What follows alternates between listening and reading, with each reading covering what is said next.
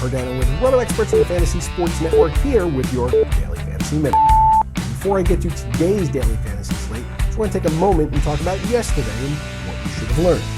And before you tweet me or email me next time to tell me that I'm a daily fantasy moron for trying to start Bartolo Colon in a multi-pitcher format, go ahead and eat a nice big plate of La Bandera like Bartolo does before, during, and after each game.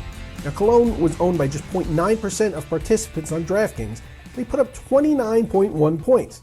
Not only did I tell you to use him, I told you where and why. So don't be a hater next time that I tell you to use someone that's going to knock your Aunt Connie's socks off, and just enjoy the La Bandera. It's good. All right, we've got just 8 games on tap today with a chance of some showers at Wrigley Field and Dodger Stadium, believe it or not.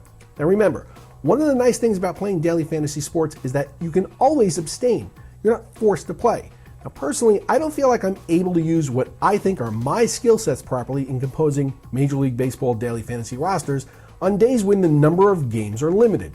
And for me, abstinence is the best prophylactic. Probably is for you too. But each of you should develop your own set of rules that you're comfortable with when playing DFS and stick with them. Now, I come from a Wall Street background, and one of the most important ways I learned to make money when I was trading was to limit my losses. It's really no different here. You want to try to put the odds of succeeding in your favor if you can, and then act on as much educated information as you can gather. Now, in the end, whether you're conducting your own due diligence, acting on information from a trusted source, or going on hunches, or a combination of the three, you have to own it. So if you're not really feeling it today, there's no shame in sitting it out. In fact, some would argue this early in the season without any current data to go off of may be the prudent thing to do anyway. Now, for those of you planning to partake today, Angels starter C.J. Wilson is coming off his worst season in 5 years as a Major League starter, posting a 4.51 ERA and walking an American League leading 85 batters in over 175 innings. Now, over his last 16 regular season starts, Wilson gave up 51 runs in 76 innings.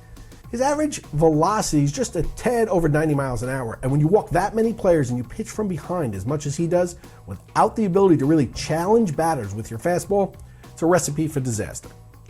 Nelson Cruz only has 10 career at-bats against Wilson, but he's made the most of them, going 4 for 10 with 2 extra base hits, including a long fly. And he's the type of hitter who can really do some damage in favorable pitch count situations you'd expect him to be presented with. Another Seattle hitter I like today is Robinson Cano. Now, Cano hits lefties as well as righties, and he's got a slightly larger sample size. He's 11 for 30 off of Wilson, hitting .367. Now, only 18% of those have been for extra base hits, but I'll take my chances with Cano here as, again, I see plenty of favorable hitters counts for Mariners hitters today. And I'm also of the belief that Cano's power outage last season was somewhat of an anomaly.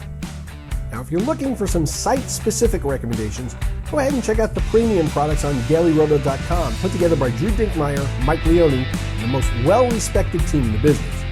You'll be better for it, and I'll have a lot less Twitter questions today. Good luck today, everyone. I'm Mike Cardano, and this has been your Daily Fantasy Minute.